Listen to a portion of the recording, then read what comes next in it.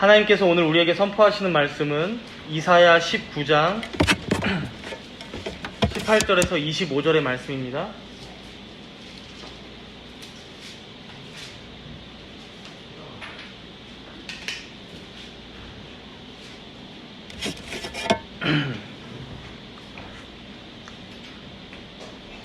오늘 본문은 이사야 19장인데 봉독만 19장 18절에서 25절까지 하도록 하겠습니다. 봉독하겠습니다. 그날의 애굽 땅에 가나안 방언을 말하며 만군의 여호와를 가리켜 맹세하는 5 성읍이 있을 것이며 그 중 하나를 멸망의 성읍이라 칭하리라. 그날의 애굽 땅 중앙에는 여호와를 위하여 제단이 있겠고 그 변경에는 여호와를 위하여 기둥이 있을 것이요 이것이 애굽 땅에서 만군의 여호와를 위하여 징조와 증거가 되리니 이는 그들이 그 압박하는 자들로 말미암아 여호와께 부르짖겠고 여호와께서는 그들에게 한 구원자이자 보호자를 보내사 그들을 건지실 것임이라. 여호와께서 자기를 애굽에 알게 하시리니 그날에 애굽이 여호와를 알고 제물과 예물을 그에게 드리고 경배할 것이요 여호와께 서원하고 그대로 행하리라. 여호와께서 애굽을 치실지라도 치시고는 고치실 것이므로 그들이 여호와께로 돌아올 것이라. 여호와께서 그들의 간구함을 들으시고 그들을 고쳐주시리라.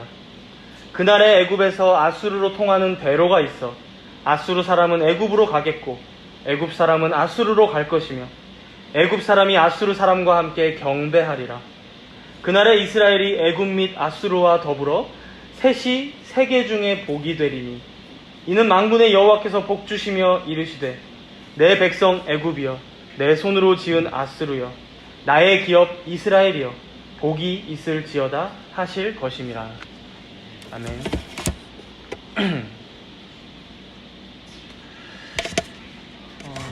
오늘도 지난주에 이어서 열국 심판 신탁의 내용을 우리가 살펴보고자 합니다.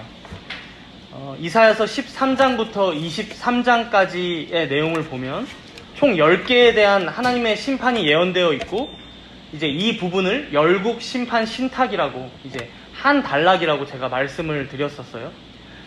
지난주에는 그 시작이었던 바벨론 제국에 대한 이제 심판의 말씀을 봤다면 오늘은 이 단락 중에 한 중간에 있는 이 애굽에 대한 하나님의 경고, 심판의 예언을 우리가 볼 텐데요. 우리가 이제 지난주에 살펴봤던 바벨론 제국, 그리고 이제 뒷부분에 사실 아수르 제국이 있었는데 이제 한 묶음입니다. 바벨론과 아수르는. 이 두 제국은 이스라엘 민족들에게 가장 위협적인 존재, 그리고 가장 두려운 상대였다면요. 오늘 본문에 나오고 있는 이 애굽은 그 정반대입니다. 아이러니하게도 이스라엘 백성들의 이 조상들은 400년이 넘게 애굽에서 종살이 하다가 하나님의 은혜로 출애굽했었죠. 그런데 이 이사야 당시 때 이스라엘 백성들은 이 애굽을 어떻게 생각했냐면 그 옛날 우리를 종살이 시켰던 애굽으로 바라만 보진 않았습니다. 워낙 이들에게 있어서 북쪽에 있었던 아수르나 바벨론 제국이 강했기 때문에 오히려 이들은 자신들의 남쪽에 위치한 이 애굽을 거꾸로 의지했습니다. 그러니까 어떤 위협 앞에서 자신들이 어떤 위험이 닥쳐왔을 때 자신들이 도움을 청할 곳, 자신들의 몸을 피할 수 있는 피난처, 바로 그런 곳이 이 남쪽에 있었던 애굽 제국이었다는 것이죠. 또 마침 이 애굽이 여러분들도 아시다시피 고대로부터 전통적으로 아주 강성했던 나라였습니다. 우리가 이제 세계 4대 문명 발생지라고 하면은 이 애굽 지역, 이집트 지역이 꼭 들어가죠. 이 나일강 주변 지역이. 그래서 기원전 3000년, 아니 그 이전부터 찬란한 문화를 꽃피워왔던 곳이었고, 그래서 이제 군사적으로나 경제적으로나 그리고 종교적으로도 그 어느 것 하나 타국에 밀리지 않는 힘과 능력과 지혜를 가지고 있던 곳이 바로 이 애굽이었다는 것이죠. 이집트. 그래서 지금도 이집트에 가서 우리가 피라미드나 스핑크스, 그 다음에 나일 강변의 여러 도시들을 볼 때 그 웅장함이 진짜 고대에도 이 정도였나? 라고 생각할 정도로 압도되기도 합니다. 이제 이런 배경 속에서 오늘 본문에 하나님께서는 이사야 선지자를 통해 애굽의 심판을 예언하기 시작하는 건데요. 우리 함께 본문 1절을 읽도록 하겠습니다. 19장 1절입니다. 19장 1절. 애굽에 관한 경고라. 보라, 여호와께서 빠른 구름을 타고 애굽에 임하시리니 애굽의 우상들이 그 앞에서 떨겠고 애굽인의 마음이 그 속에서 녹으리로다. 애굽에 관한 경고라라고 시작하시는데 여호와께서 빠른 구름을 타고 애굽에 임하시겠다라고 합니다. 여러분, 우리가 읽어도 조금 이제 이 말씀을 읽으면 생각나는 이미지가 있는데 아마 유대인들은 더 했을 거예요. 뭐냐면 출애굽 당시 때 10번째 재앙이 임했을 때 이런 말씀이 있습니다. 출애굽기 12장 12절인데 내가 그 밤에 애굽 땅에 두루 다니며 사람이나 짐승을 막론하고 애굽 땅에 있는 모든 처음 난 것을 다 치고 애굽의 모든 신을 내가 심판하리라. 나는 여호와라. 그러니 여러분, 애굽에게는 여호와라고 하면 그 안 좋은 추억이 있어요. 그런데 그 여호와가 다시 애굽에 임한다고? 그러니까 본문 1절 뒷부분에 뭐라고 나옵니까? 애굽의 우상들이 다 그 앞에서 떨 것이고 애굽인의 마음이 그 속에서 녹을 것이라고 말씀하는 거죠. 그렇다면 여러분, 하나님께서는 왜 지금 이스라엘 백성들에게 어찌 보면 우군인데 이스라엘 백성들을 도와주는 왜 이 애굽을 심판하시는 걸까요? 아수르나 바벨론의 위협을 받는 유대인들에게 피난처가 되어주기도 하고 도움을 주는 나라인데 말이죠. 이것에 대해 이제 칼뱅은 이렇게 설명합니다. 애굽은 유대인들에게 있어서 어떤 위험이 다가올 때마다 일종의 피난처였다. 유대인들은 참으로 의지해야 할 하나님을 저버리고 애굽인들 외에는 그들에게 도움을 줄 곳이 없다고 생각했다. 따라서 그 부와 세력이 더 이상 유대인들을 속일 수 없도록 애굽 왕국이 전복되어야 할 필요가 있었다. 왜냐하면 유대인들은 애굽이 번영하는 한, 매우 인구가 많고 견고하게 방비가 되어 있는 한, 애굽은 위험과는 상관이 없다고 생각했으며 따라서 하나님을 멸시하고 적어도 하나님께서 하신 약속에 대해서 거의 관심을 갖지 않았다. 여러분, 바벨론이나 아수르가 이스라엘 백성들을 위협할 때 이 이스라엘 백성들은 마땅히 어떻게 해야 합니까?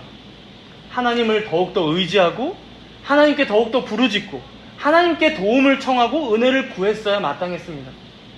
그런데 우리한테는 애굽이 있으니까, 우리를 도와줄 저 남쪽에 강대한 애굽 제국이 버티고 있으니까 그들이 우리를 도와주겠지.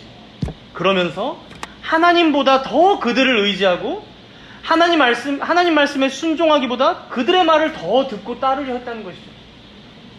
그래서 여러분, 어쩌면 이스라엘 백성들이 가장 믿었던 최후의 보루를 하나님께서는 지금 치기 시작하시는 것입니다. 최후의 보루를. 우리는 여기서 한 가지 생각해 봐야 할 것 같아요.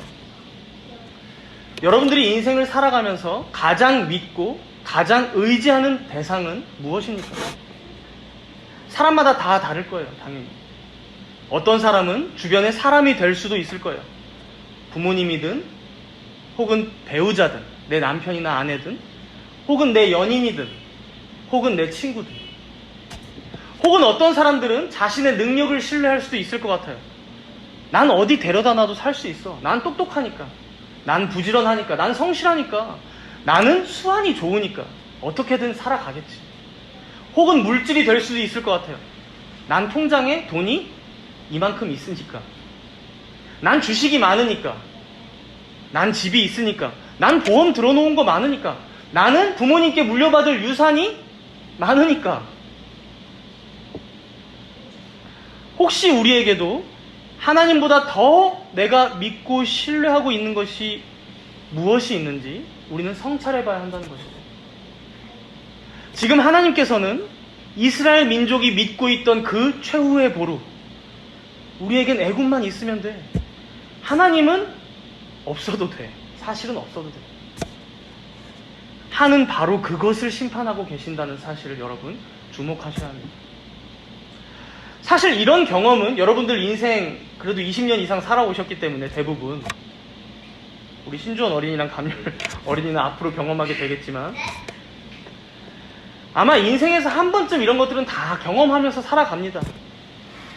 이 사람만 나한테 있으면 될 것 같은데 그 사람을 잃기도 하죠. 이 돈만 있으면 될 것 같은데 그 돈이 사라집니다. 눈앞에서. 이 시험만 붙으면 될 것 같은데, 내가 이 직장에만 들어가면 근심이 사라질 것 같은데 실패할 때도 있어 왔다는 것이죠. 사랑하는 성도 여러분, 오늘 본문은 우리의 그러한 모든 경험들을 통해서 하나님께서 결국 우리 인생에 어떤 결과를 만들어내고 계신지를 보여주고 있습니다. 본문 19장 1절에서 15절까지가 이제 한 단락이에요. 1절에서 15절까지를 보면 애굽이 그렇게 자랑스럽게 여겼던 것들을 하나씩 심판하시는 내용이 나옵니다. 먼저 1절에서 4절을 보시면요, 애굽의 우상들이 심판을 받습니다. 우리가 1절을 읽어봤지만 그 중에 우리가 3절의 내용을 한 번 더 읽겠습니다. 3절입니다. 애굽인의 정신이 그 속에서 쇠약할 것이요 그의 계획을 내가 깨뜨리리니 그들이 우상과 마술사와 신접한 자와 요술객에게 물으리로다. 아까도 잠깐 언급했지만 출애굽 사건 때 그 10가지 재앙이 사실 그들이 의지하고 섬겨오던 우상들을 심판하는 내용들이었어요. 나일강, 개구리, 파리, 하늘이 암흑이 된 것, 우박이 떨어지는 것 다 마찬가지입니다. 하나님께서 이렇게 다시금 애굽의 그 우상들을 치시자 애굽인의 정신이 어떻게 되었다고 합니까? 그 속에서 쇠약해졌다고 하죠. 그래서 2절에 잠깐 앞을 보시고 2절에 보시면 서로 격동되어서 서로 치고 각기 형제를 칩니다. 서로 싸우고 내전이 일어나는 것이죠. 하나가 되지 못합니다. 그래서 3절에 우상이나 마술사 그리고 신접한 자들에게 우리가 어떻게 해야 될지 자신들의 길을 묻고 있지만 그 모든 계획은 하나님 앞에서 다 깨트려질 것이라고 지금 말씀하시는 것이죠. 그리고 이제 이어서 5절에서 10절까지의 내용을 보면 애굽이 또 자랑하는 게 뭐가 있습니까? 나일강이죠. 나일강. 사실 이제 10가지 재앙 중 첫 번째 재앙에서 나일강은 이미 끝나긴 했는데 다 피로 변했었죠. 그런데 워낙 애굽인들이 이 나일강을 자랑하고 의지하는 그런 마음이 강하니까 이렇게 이제 따로 또 말씀하십니다. 그럴만도 한 것이 우리 5절에서 8절까지 읽도록 하겠습니다. 5, 6, 7, 8절을 쭉 읽겠습니다. 바닷물이 없어지겠고 강이 잦아서 마르겠고 강들에서는 악취가 나겠고 애굽의 강물은 줄어들고 마름으로 갈대와 부들이 시들겠으며 나일 가까운 곳 나일 언덕의 초장과 나일강 가까운 곡식밭이 다 말라서 난려가 없어질 것이며 어부들은 탄식하며 나일강에 낚시를 던지는 자마다 슬퍼하며 물 위에 그물을 치는 자는 피곤할 것이며. 여러분, 애굽 사람들은 지금도 이집트 사람들은 그럴 거예요. 그들이 살고 있는 땅을 나일강이 준 선물이다라고까지 얘기합니다. 나일강이 준 선물. 그럴만도 한 것이 지금도 이제 아프리카 대륙 위쪽으로부터 시작해서 나일강을 쭉 따라서 다 그 강변에 도시들이 형성되어 있지 않습니까? 만약에 나일강이 없었다면 다 그냥 사막이었겠죠. 사막. 나무도 없고. 지금 5절에 보시면 그 바닷물이 없어지고 강이 말라버리니까 7절에 식물, 곡식들은 다 시들고 말라버리고 8절에 보니까 낚시해도 소용이 없다는 것이죠. 물고기가 안 잡힙니다. 그물을 쳐봤자 피곤하기만 해요. 그렇게 부유했던 나라가 애굽이었지만 나일강이 다 말라버리자 경제적으로 큰 파국을 맞게 될 것을 지금 심판의 내용으로 넣으신 것입니다. 더해서 11절부터 15절을 보면요, 이제 애굽이 자랑하던 게 또 뭐가 있냐면 지혜입니다. 지혜. 우리 함께 11절과 12절을 읽도록 하겠습니다. 11절과 12절. 소안의 방백은 어리석었고 바로의 가장 지혜로운 모사의 책략은 우둔하여졌으니 너희가 어떻게 바로에게 이르기를 나는 지혜로운 자들의 자손이라 나는 옛 왕들의 후예라 할 수 있으랴. 너의 지혜로운 자가 어디 있느냐. 그들이 만군의 여호와께서 애굽에 대하여 정하신 뜻을 알 것이요 곧 내게 말할 것이니라. 애굽은요, 고대로부터 내려오는 그 찬란한 문화유산들도 많았지만 종교적으로 철학적으로 쌓여있던 그 지혜들은 더 이루 말할 수가 없었습니다. 그러니 콧대가 얼마나 높았겠습니까? 고대로부터 이들이 써왔던 상형 문자들, 또 그것으로 세대를 이어서 기원전 3000년 전에 이미 학교를 보내고 아이들을 자녀 교육을 시켰던 그런 내용들이 다 요즘에 밝혀지고 있지 않습니까? 너무 기이할 정도인데.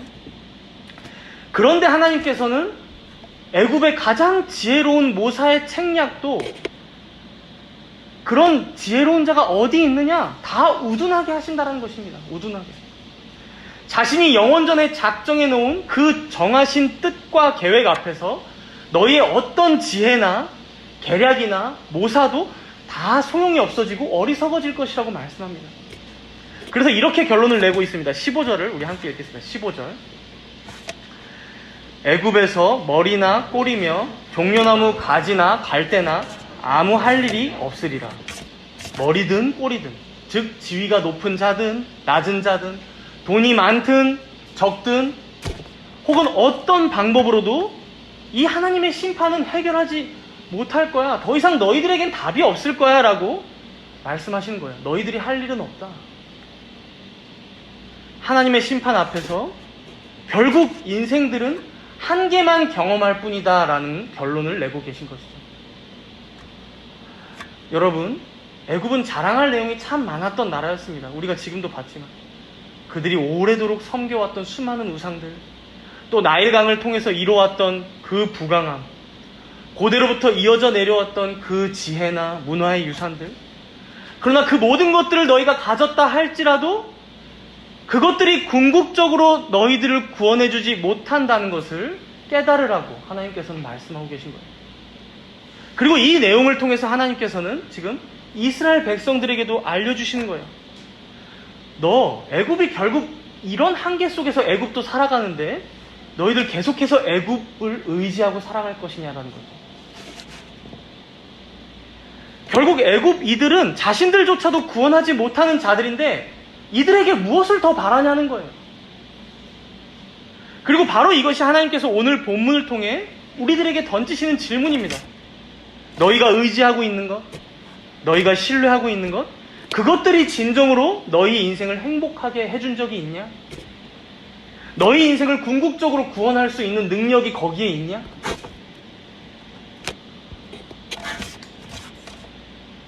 여러분, 요즘 좀 살만하십니까? 다들 힘드실 거라고 알아요. 저는 참 안타까운 게 이제 코로나가 지난 2년 동안, 2년 넘게 지금까지도 사실 이제 완전히 끝났다고 볼 수는 없는데 우리들을 참 힘들게 해왔어요. 맘 편히 어디 놀러 가지도 못했고 여행도 못 갔고 극장이나 콘서트도 마음대로 못 가고 어디 음식점이나 카페도 마음대로 못 가고 그렇게 지냈죠. 그리고 이제 우리 정담은 교회 입장에서도 잘 모이지도 못했었고요. 그래서 이제 코로나가 제발 좀 빨리 끝났으면 하고 지내왔던 것 같은데 이제 코로나가 끝나면 우리가 좀 더 서로가 형편이 나아지고 해피해지고 다들 좀 살만할 텐데 이런 이제 소망이나 희망을 갖고 살아온 것이죠. 그런데 막상 코로나가 끝나 보니까 어떻습니까? 이제 코로나가 끝나면 모든 자영업자분들, 특히 식당들이나 카페들 다 살아날 수 있을 거라고 생각했어요. 그런데 요즘 상황이 어떻습니까? 식자재 물가가 50%가 올랐습니다. 사장님들이 코로나 때보다 더 힘들어졌다고 얘기해요. 이익이 안 나니까요. 부동산은 어떻습니까? 여러분 다들 들으셨겠지만 코로나 때 집값이 막 계속 천정부지 올라가니까 특히나 젊은 세대들이 많이 들었던 말인 걸로 알아요. 영끌해서 지금 집 사야 된다. 그래야 나중에 집값 더 올랐을 때 팔 수 있고 그게 지금 조금 힘들더라도 나중에 더 이익이 난다. 그런데 여러분 지금 상황이 어떻습니까? 기준금리가 너무 많이 올라서 집이 안 팔려요. 집값이 정체되거나 서울마저도 정체되거나 내려가고 있어요. 그래서 영끌하신 분들 걱정이 이만저만이 아니라는 말을 제가 봤습니다. 하나 더 얘기해보면요. 한창 자녀 교육이 미래를 위한 최고의 투자다라는 열풍이 분 적이 있습니다. 물론 지금도 그럴지도 모르겠어요. 이거는 많은 부모님들이. 그런데 그렇게 열심히 자식 교육 시켜서 겨우 대학 보내서 점수 맞춰서 컴퓨터 공학부 전공한 애가 뭐 하고 있습니까? 목사하고 있어요. 제 얘기예요, 제 얘기. 여러분, 세상에서 자랑하는 내용들, 세상에서 이거 지금 꼭 해야 된다, 그래야 미래가 보장돼 라고 했던 말들이요, 한 걸음만 물러서서 혹은 조금만 지나서 보면 다 일시적이고 유행처럼 지나가는 말들이에요. 코인 꼭 해야 돼, 주식 꼭 해야 돼, 이런 유행들 요즘은 세상이 하도 급변해서요 1년도 못 가요. 1년도 못 갑니다. 괜히 한 발씩 늦게 따라가다가 오히려 가랑이 찢어지고 망하는 사람들 더 많아요. 여러분, 우리 인생에 무엇이 궁극적인 해답이 됩니까? 코로나가 끝나니까 정말 세상에 행복이 찾아왔습니까? 아니요. 이 세상이 자랑하는 것들은 결코 우리에게 어떤 해답도 주지 못합니다.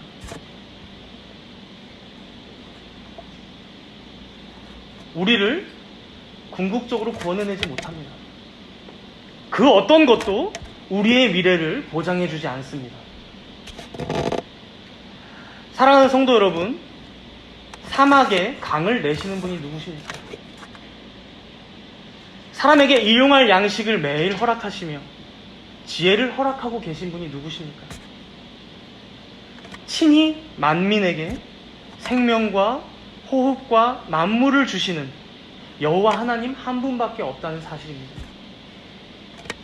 그렇기에 다른 어떤 것으로도 인생의 문제를 우리는 결코 해결할 수 없습니다. 더 악화될 뿐입니다. 그런데 우리는 지금도 무엇을 추구하며 무엇을 좇으며 무엇을 위해 살아가고 있냐는 것이죠. 여전히 애굽에만 그 해답이 있다고 생각하며 그것을 의지하고 신뢰하고 따르고 좇으며 살고 있지는 않냐는 것입니다. 기껏 출애굽 시켜놨더니 다시 애굽으로 돌아가자 하고 있는 건 아니냐는 것이죠. 그래서 하나님께서는 때때로 우리가 가장 의지하는 그것, 우리가 차마 입으로 기도하지는 못하지만 마음속에서, 마음 깊은 곳에서 하나님께도 숨기고 싶은 그것, 주님, 이것만은 제가 잃지 않게 해주세요. 이것만은 남겨주시고 이것만은 지켜주세요. 이것 없으면 저는 못 살 것 같아요. 했던 그것을 심판하심으로 하나님이 아닌 그 어떤 것도 우리의 궁극적인 해답이나 소망이 될 수 없다는 사실을 뼈저리게 우리의 인생 가운데 경험하게 하실 때가 있다는 것입니다. 그래서 전도서 1장 2절에는요, 세상의 모든 부귀영화를 누렸던 솔로몬이 쓴 말씀이죠. 전도서 1장 2절에 솔로몬이 뭐라고 고백합니까? 헛되고 헛되며 헛되고 헛되니 모든 것이 헛되도다. 그리고 전도서 12장 마지막의 결론을 이렇게 내고 있습니다. 12장 13절에 보면 일의 결국을 다 들었으니 이제 이렇게 하라는 겁니다. 하나님을 경외하고 그의 명령들을 지킬지어다. 이것이 모든 사람의 본분이니라. 그 화려한 파란만장한 인생을 다 살고 인생의 말로에 한 전도자가 서서 말하고 있는 것입니다. 하나님을 경외하고 그의 명령들을 지켜. 이것이 마지막으로 사람에게 남는 본분이야. 사람의 본분이야. 이것이 사람이 살아가는 목적이야.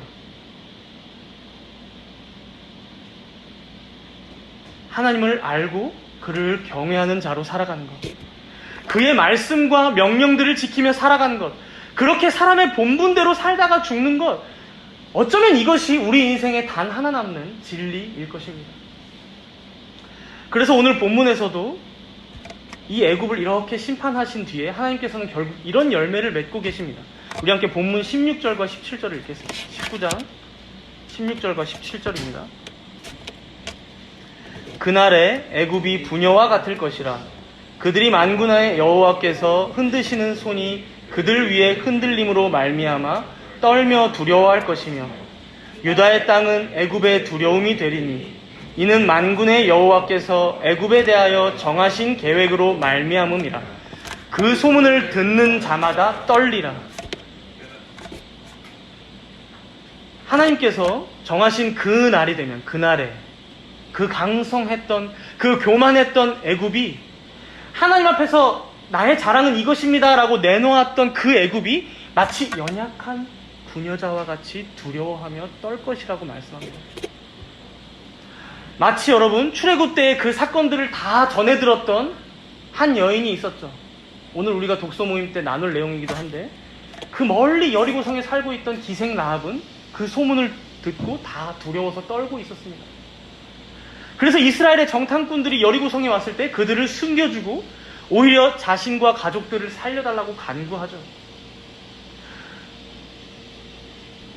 여호와 하나님의 정하신 계획을 듣고 그 소문을 듣고 떨게 되리라. 오늘 본문에 나온 이 말씀처럼 진정으로 여호와 하나님을 경외하게 되리라 말씀하는 것이죠. 그래서 여러분, 우리가 여기서 알게 되는 것이 무엇입니까? 하나님께서는 애굽을 이집트죠. 이 애굽을 심판하셨을 때조차 단순히 하나님의 공의 가운데 형벌을 내리는 것에서만 그치는 것이 아니란 사실입니다. 결국 어떤 자리로 이 애굽을 데려다 놓으십니까? 하나님을 경외하는 자리로. 자신들이 자랑하던 모든 것들이 얼마나 부질없었는지, 자신들이 의지하고 내세웠던 능력이나 조건이나 환경들이 하나님 앞에서 아무것도 아니라는 사실을 깨닫고, 모든 것이 하나님의 손 안에 있구나, 하나님의 주권 가운데 있구나, 하나님께서 정하신 계획과 뜻 가운데 있구나, 이것을 알게 되고 그리하여 하나님을 진정 경외하는 자들로 이들을 변화시키고 계신다는 사실입니다. 그래서 18절과 19절을 보면 이 하나님을 경외하는 자들이 어떻게 되는지 이어서 나오고 있습니다. 18절과 19절을 읽겠습니다. 그 날에 애굽 땅에 가나안 방언을 말하며 만군의 여호와를 가리켜 맹세하는 5 성읍이 있을 것이며 그 중 하나를 멸망의 성읍이라 칭하리라. 그날에 애굽 땅 중앙에는 여호와를 위하여 제단이 있겠고 그 변경에는 여호와를 위하여 기둥이 있을 것이요. 여기서 이제 그날에 애굽 땅에 가나안 방언을 말했다라는 말은요, 이제 바벨탑 사건으로 여러분 기억나시죠? 바벨탑 사건으로 마지막 결론이 어떻게 됩니까? 사람들의 언어가 다 나뉘게 되었죠. 이렇게 언어가 나뉘었던 죄인들이 하나님을 섬기는 자들의 언어인 이 히브리 언어, 즉 가나안 방언으로 하나님 앞에서 자신들의 신앙을 고백하게 될 거야 라고 지금 말씀하는 거예요. 그리고 그 하나의 언어로 하나님께 충성을 맹세하고 서약하는데 그게 5 성읍. 근데 그 중에 하나는 멸망의 성읍이라고 해서 조금 이해가 힘들 수 있어요. 그런데 이제 이 멸망의 성읍이라는 단어가 다른 많은 사본에서는 태양의 성읍이라고 번역이 됩니다. 그래서 각주에 그렇게 나와 있을 거예요. 태양이라고. 이 두 단어가 아주 비슷해서 벌어진 일인데요. 즉 당시에 태양신을 섬기던 애굽 사람들조차도 이 가나안 방언, 이 히브리 언어로 여호와 하나님을 경배하게 될 거야 라는 말씀이에요. 그래서 19절에 보시면 애굽 땅 중앙에는 이제 무엇이 생깁니까? 여호와를 위하여 제단이 있겠고, 애굽 땅 중앙에, 여러분 예루살렘이 아닙니다. 그리고 그 변경에서조차 여호와를 위한 기둥이 세워질 거야 라는 거예요. 즉 이스라엘의 조상들인 아브라함이나 야곱이나 또 여호수아나 그들의 백성들이 하나님 앞에 제단을 세우고 또 기둥을 세우고 그렇게 하나님을 향한 예배를 드리고 또 자신들의 신앙을 고백하는 서약을 했던 것처럼 그런 자들이 애굽 사람들이 될 거야 라고 지금 말씀하는 거예요. 그러니 여러분, 이 애굽조차도 이제 자신들이 자랑해왔던 그 자랑거리들을 다 내려놓고 오직 여호와 하나님만 섬기는 자들이 될 것인데, 지금 너희 이스라엘 백성들은 하나님을 의지하지 않고 애굽을 의지하고 있는 게 말이 되냐라는 거예요. 너희들은 먼저 부름받고 먼저 하나님을 알고 먼저 하나님을 섬기는 자들이 되었으니 이제 더욱더 애굽 앞에서 먼저 부름받은 장자답게 행동하고 하나님을 섬겨라. 이사야는 이렇게 말씀하는 거예요. 그러면서 22절과 23절 이렇게 말씀하는데요. 우리 함께 읽도록 하겠습니다. 22절과 23절입니다. 여호와께서 애굽을 치실지라도 치시고는 고치실 것이므로 그들이 여호와께로 돌아올 것이라. 여호와께서 그들의 간구함을 들으시고 그들을 고쳐주시리라. 그날에 애굽에서 아수르로 통하는 대로가 있어 아수르 사람은 애굽으로 가겠고 애굽 사람은 아수르로 갈 것이며 애굽 사람이 아수르 사람과 함께 경배하리라. 하나님께서 애굽을 심판하셨지만 그 심판을 통해 결국 그들을 고치실 것이라고 말씀하십니다. 그들을 이 심판의 과정을 통해서 자신에게로 돌아오게 하실 것이라 말씀하십니다. 우리는 여기서 하나님의 심판의 궁극적인 목적이 어디에 있는지 명확하게 알게 됩니다. 하나님께서는 심지어 이스라엘 백성이 아닌 자들에게까지도 자신의 은총을 베풀고 계신 거예요. 마땅히 애굽 사람들은 심판받아야 마땅하는 자들이었지만 그 심판마저도 그들이 은혜를 받는 기회와 수단으로 삼으시는 하나님의 크신 뜻이 있다는 것이죠. 그러면서 23절에는 애굽뿐만 아니라 아수르도 서로가 대로로 통하는 가운데 영적으로 하나가 되어서 하나님을 결국 함께 경배하게 될 거야 라고 말씀합니다. 여러분, 사실 우리가 이 말씀을 읽고 있으면서도 이 말씀이 잘 이해가 되십니까? 아수르 제국은 이스라엘에게 가장 많은 위협을 주었던 나라였어요. 잔인하게 행했고요. 애굽 또한 이스라엘을 400년 넘게 옥살이 시키던 자들이었어요. 그런데 하나님께서는 지금 자신의 교회의 철천지와 원수와 같은 이 두 나라를 자신에게로 돌아오게 하시고 자신을 경외하고 경배하는 자들이 되게 하시겠다라는 이 계획을 말씀하고 계신 거예요. 물론 우리는 이 말씀이 너무도 이해가 안 가지만 사실 전체 성경을 통해서 이런 사례를 보지 못했던 것은 아니에요. 우리가 사도행전의 말씀을 우리가 먼저 살펴봤었지만 하나님의 교회를 가장 앞장서서 핍박했던 자가 누구였습니까? 사울이었죠. 그러나 그런 그를 구원하신 분이 누구셨습니까? 바로 그 핍박의 대상자셨던 예수 그리스도셨습니다. 또한 그 예수를 십자가에 못 박았던 자들 또한 누구였습니까? 사도행전 2장에 보니까 베드로의 설교를 다 듣고 자신들이 십자가에 못 박았던 그 예수가 메시아인 것을 알고 뭐라고 얘기합니까? 마음에 찔려 하면서 옆에 있는 형제들에게 형제들아 우리가 어찌할꼬 라고 탄식하죠. 그러나 이들 또한 어떻게 되었습니까? 바로 그 자리에서 베드로의 설교를 듣고 아주 교회에 중요한 역할을 했던 초대교회의 회원들이 되었습니다. 한 걸음 더 나아가서요. 이러한 하나님의 작정과 섭리, 이러한 하나님의 은혜를 다 깨닫지 못하고 끊임없이 거부했던 죄인들이 누구였습니까, 여러분? 바로 우리들이라는 것이죠. 어쩌면 지금도 거부하고 있는 자. 결국 우리는 오늘 본문에서 이 애굽과 아수르가 하나님 앞으로 돌아오는 장면을 보면서 이 하나님이 나는 도저히 이해가 되지 않는다. 아니 아무리 아무나 부르셔도 그렇지 도대체가 전혀 기준이 없으신가? 적당히는 가리셔야지 할 수 있습니다. 그러나 여러분 오늘 본문 20절 후반부를 한번 보십시오. 읽지는 않았지만 20절 후반부에 이런 말씀이 있죠. 여호와께서는 그들에게 한 구원자이자 보호자를 보내사 그들을 건지실 것입니다. 한 구원자, 메시아, 바로 예수 그리스도가 누구를 위해 죽었다라고 로마서 5장에서는 말씀합니까? 우리가 아직 죄인 되었을 때, 우리가 아직 하나님의 원수였을 때에 그의 아들의 죽으심으로 말미암아 하나님께서 우리에 대한 자기의 사랑을 확증하셨다라고 말씀하셨습니다. 확증하셨다. 여러분, 다른 사람이 아닌 바로 우리가 이미 그 이해되지 않는 하나님의 사랑을 받은 자들입니다. 아니, 받고 있는 자들입니다. 그리고 이해되지 않는 하나님의 그 은혜로우신 인도하심 가운데 오늘을 살아가고 있습니다. 그래서 도대체 왜 하나님께서 내게서 이것을 빼앗아 가실까? 이것만은 안 놓쳤으면 좋겠다고 생각했는데 왜 이것을 놓치게 하실까? 왜 이것을 나에게서 결국 잃게 만드실까? 이것만 나한테 있으면 되는데 이게 나에게 유일한 자랑거리인데 이것만 있으면 내가 마음 편하게 살아갈 텐데 왜 하나님께서는 이걸 나에게 허락하시지 않지? 이해되지 않을 때요, 여러분. 이해되지 않는 방식으로 이 애굽과 아수를 인도하시는 하나님을 바라보시기 바랍니다.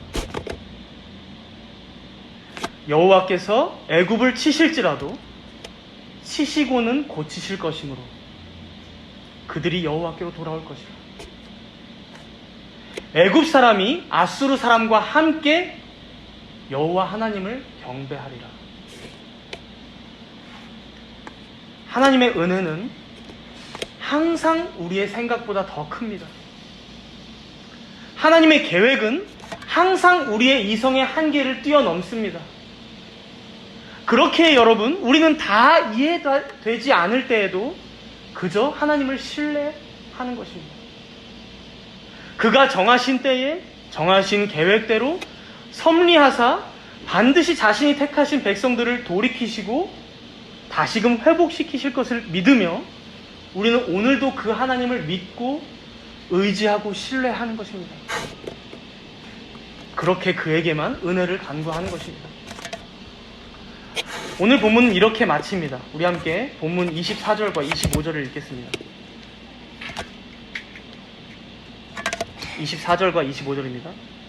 그 날에 이스라엘이 애굽 및 아수르와 더불어 셋이 세계 중에 복이 되리니 이는 만군의 여호와께서 복 주시며 이르시되 내 백성 애굽이여 내 손으로 지은 아수르여 나의 기업 이스라엘이여 복이 있을지어다 하실 것입니다. 여러분, 우리가 너무도 잘 알지만 이스라엘은 역사상 단 한 번도 잘한 게 없는 민족이었습니다. 애굽도 아수르도 마찬가지입니다. 그러나 하나님께서는 아브라함에게 하셨던 그 약속, 땅의 모든 족속이 너로 말미암아 복을 얻을 것이라. 24절에 뭐라고 합니까? 더불어 셋이 세계 중에 복이 되리. 이 말씀을 성취하고 계셨던 것입니다. 우리 또한 이 이스라엘, 이 애굽, 이 아수르와 마찬가지인 것 같아요. 우리가 앞으로도 남은 인생을 나름 신앙생활을 꾸준히 해나갈 것입니다. 그러나 결국 우리의 자리, 우리의 위치, 우리의 능력, 우리의 실력은 딱 이 구약의 이스라엘만치 되지 않을까 싶습니다. 아니, 사실 이 애굽과 아수르의 상태가 우리의 옛 상태고 이들의 지금의 모습이 우리의 모습일 때가 더 많기도 하죠. 그러나 오늘 말씀을 통해 하나님께서 우리에게 하시는 말씀은 무엇입니까? 너희들 그래도 너희들 괜찮다라는 것입니다. 괜찮다. 너는 이해하지 못하고 너는 예상할 수도 없는 과정과 방법과 수단을 통해서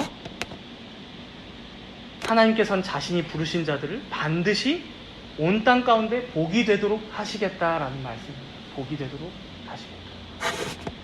그래서 25절에 이렇게 말씀하시죠. 내 백성 애굽이여 내 손으로 지은 아수르여 나의 기업 이스라엘이여 복이 있을지어다. 주 안에 사랑하는 여러분, 무엇이 진정 복일까요? 어떤 인생이 진짜 행복한 인생일까요? 어쩌면 우리의 인생은, 우리의 이 모든 여정은 이 복이 무엇인지를 진정으로 깨달아가는 과정이 아닐까 싶습니다. 그런 의미에서 여기 계신 여러분들은 진정 복 있는 자들입니다. 진정 행복자들입니다. 하나님께서 끝끝내 여러분들의 인생을 복이 있게 하시고자 여기 이 자리까지 부르셨음을 여러분들 잊지 마시기 바랍니다. 이 진리를 마음에 새기시고 하나님께 감사와 찬송과 경배를 올려드리며 살아가시는 모든 복된 인생들 되시기를 축복합니다. 우리 함께 기도하겠습니다.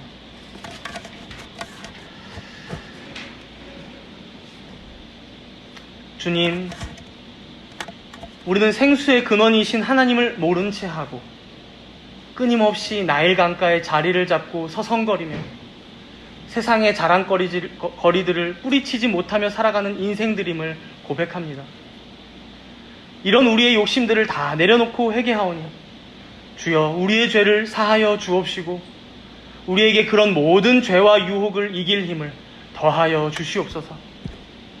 또한 이런 이스라엘과 같은 애굽과 아수르와 같은 자들이 바로 우리임에도 불구하고 이런 우리를 복된 하나님의 백성이요 자녀요 하나님의 기업으로 부르셨음을 우리가 말씀을 통해 확인합니다. 이 측량할 수 없는 크신 은혜에 감사하며 날마다의 삶을 주께서 허락하신 은혜와 복을 누리며 살아가는 우리 모두가 되게 하여 주시옵소서. 우리 함께 오늘 들은 말씀을 붙잡고 조용히 기도로 나아가겠습니다.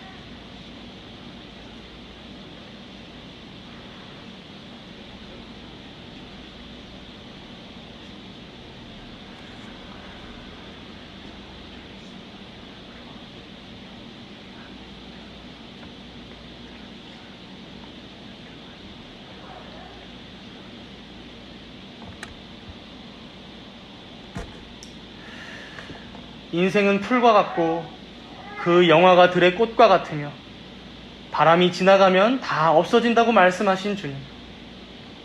그러나 우리는 그 떨어지고 시들어버릴 풀과 같고 꽃과 같은 것들에 우리의 마음을 두고 살아가진 않는지 되돌아봅니다.